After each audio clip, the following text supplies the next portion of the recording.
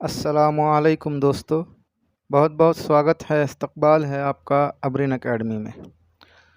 आज हम 7वीं जमात का 30वें दिन का निसाब यानी टेस्ट नंबर 2 की बारे में पढ़ने वाले हैं।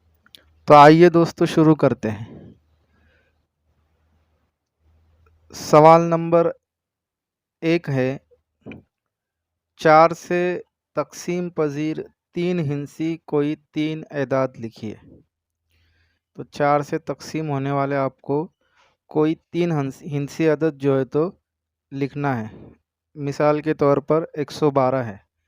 112 को 4 से आसानी से तकसीम हो सकता है। इसी तरह से और जो है तो 3 हिंसी अदद आपको लिखना है। इसके लिए आपको कुल 3 मार्क्स है।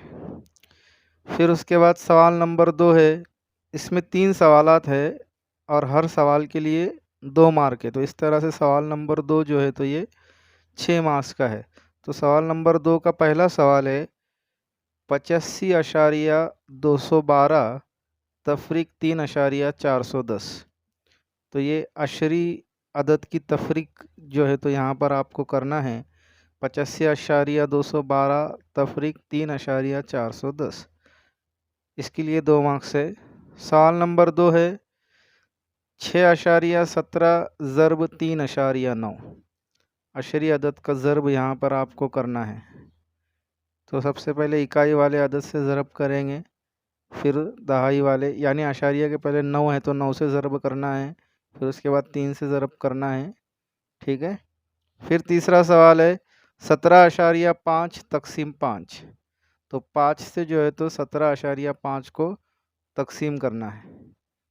ठीक है। फिर सवाल नंबर 3 है, दर्ज झेल सवालात हल कीजिए। 2 सवालात दिए हुए हैं और ये पूरा सवाल जो है तो 6 मार्क्स के लिए है।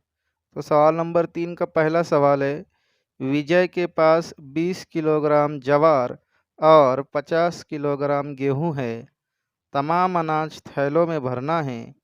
हर थैली में मसावी वज़न का अनाज ही भरना हो तो बताइए हर थैली में ज़्यादा से ज़्यादा कितने वज़न का अनाज भरा जा सकता है। तो 20 किलो जवार और 50 किलो गेहूं हैं। तो ज़्यादा से ज़्यादा जो है तो कितने वज़न की थैली हम बना सकते हैं, यह आपको लिखना है। ठीक है। फिर सवाल नंबर 2 है, रामू के पास कुछ भेड़ें थी। इनमें से 34 भेड़ें फ़रोख्त करने के बाद इसके पास 176 भेड़ें बच गई। तो बताइए रामू के पास कुल कितनी भेड़ें थी। तो रामू के पास पहले से जो है तो उसके पास जो भेड़ें थी उसमें से उसने 34 भेड़ें जो है तो बेच दी, फ़रोख्त कर दी। अब उसमें से जो है तो 34 भेड़ें फ़रोख्त करने के बाद उसके पास 176 भेड़ें बच गई। तो आपको ये बताना है कि रामू के पास कुल कितनी भेड़ें थी। 176 बची हुई है और 34 उसने जो है तो बेच दी है। ठीक है। आज के वीडियो में बस इतना ही दोस्तों। अगर आपको ये वीडियो पसंद आया हो तो इसे लाइक, शेयर और सब्सक्राइब करना बिल्कुल भी ना भूलिएगा। मिलते हैं अगले वीडियो में एक नए टॉपिक के साथ। तब तक के लिए अल्लाह हाफिज़।